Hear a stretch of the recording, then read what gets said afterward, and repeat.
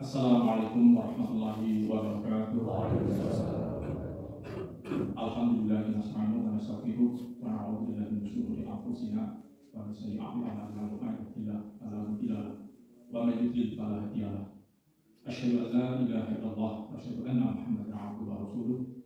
Allahumma shalli wa sallim wa barik ala Muhammad wa ala alihi wa sahbihi ajma'in. Amma ba'd.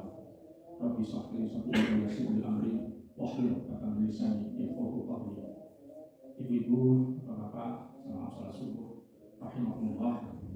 Alhamdulillahirrahmanirrahim. Bersyukur kita kepada Allah Subhanahu Wa Taala karena telah melimpahkan diberi karunia nikmat, salah satunya kita bisa bangun hadir menghadiri berjamaah di sholat subuh di masjid Insya Allah. Salawat dan salam semoga Allah curahkan kepada Nabi Muhammad SAW yang akan dilanjutkan sholatnya di yaumil qiyamah. Bapak Ibu yang saya hormati, Allah Subhanahu Wa Taala dalam surat Al-Isra ayat 79 berfirman, "A'udzubillahi minasyaitonir rajim wa min syarri fatahajjatihi nafilatan lak asa ayat asa rabbuka maqama mahmuda." Dan pada sebagian malam lakukanlah sholat tahajud atau qiyamul lail sebagai suatu ibadah tambahan bagimu, dan mudah-mudahan Allah mengangkatmu ke tempat yang tinggi, ke tempat yang terpuji. Bapak Ibu yang saya hormati, ini merupakan ayat Allah sebagai perintah bagi Nabi Muhammad SAW untuk melakukan sholat tahajud. Bagi Nabi, menurut Ibnu Katsir dalam tafsirnya, itu bagi Nabi sholat tahajud itu adalah wajib. Maka tidak pernah sekalipun Kanjeng Nabi itu meninggalkan sholat tahajud. Dan di akhir ayat ini ada kata-kata maqam.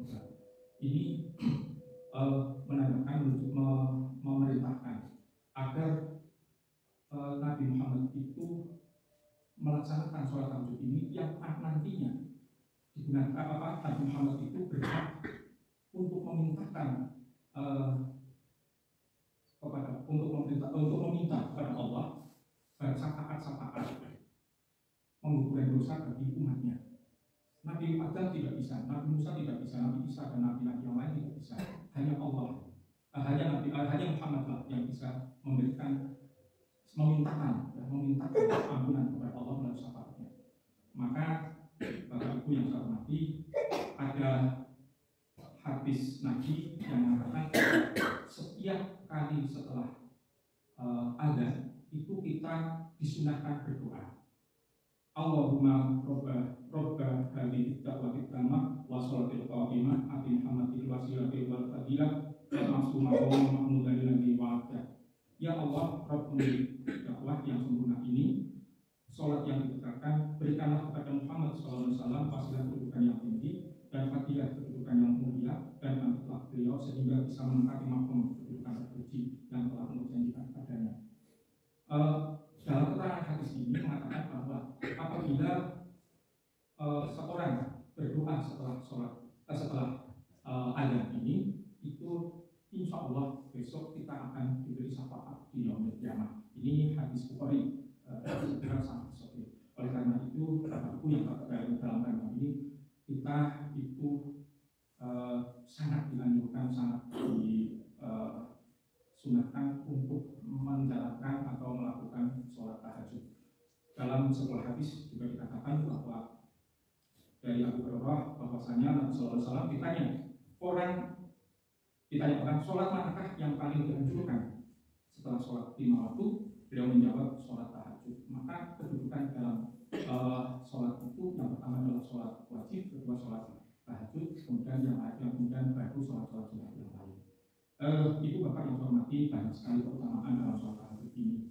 Ini kalau kita laksanakan dengan ikhlas, dengan tulus, maka kita akan dihapus dosanya, kita akan ditambah imannya, akan berdekat dengan Allah. Juga banyak sekali referensi dengan monggo buka di Google Internet, beribu-ribu manfaat dalam sholat malam ini, utamanya adalah pada waktu sujud.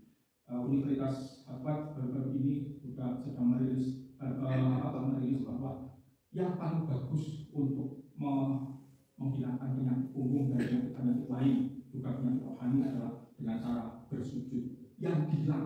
oleh orang Islam, bukan sujudan dilakukan oleh orang lain, anak ini dan lain-lain banyak sekali yang akan juga Bapak Ibu kalau kita melakukan sholat tahajud kita akan mendapatkan cinta dari Allah, dimudahkan jalan hidupnya, dibukakan pintu rezekinya, ditingkatkan derajatnya, juga dilapangkan masalahnya. Maka apabila ini adalah sholat sunat yang tinggi derajatnya, lakukanlah. Bagaimana madu Pak dan sebagainya, kita bisa dengan cara mulai berlatih. Pertama adalah tentang waktu. Kebanyakan ini kan sebagian menurut Quraish Shihab ini ada dua waktu. Waktu yang pertama itu adalah yang penting malam, yang kedua adalah setelah tidur. Tapi sebagian besar ulama mengatakan sebaiknya sholat tahajud itu dilakukan setelah tidur di waktu sepertiga malam. Apabila kita akan berlatih, maka dekatkanlah dengan sholat subuh.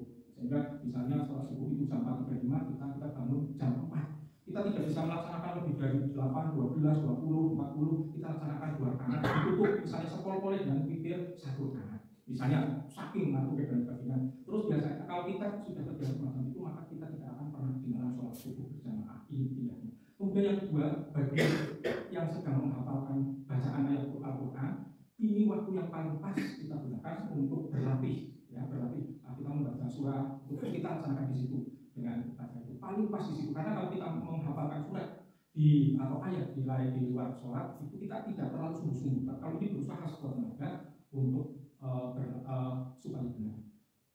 Demikian Bapak Ibu yang bisa saya sampaikan. Setelah mohon maaf, astagfirullahaladzim. Wabillahi taufiq wal hidayah. Assalamualaikum warahmatullahi wabarakatuh.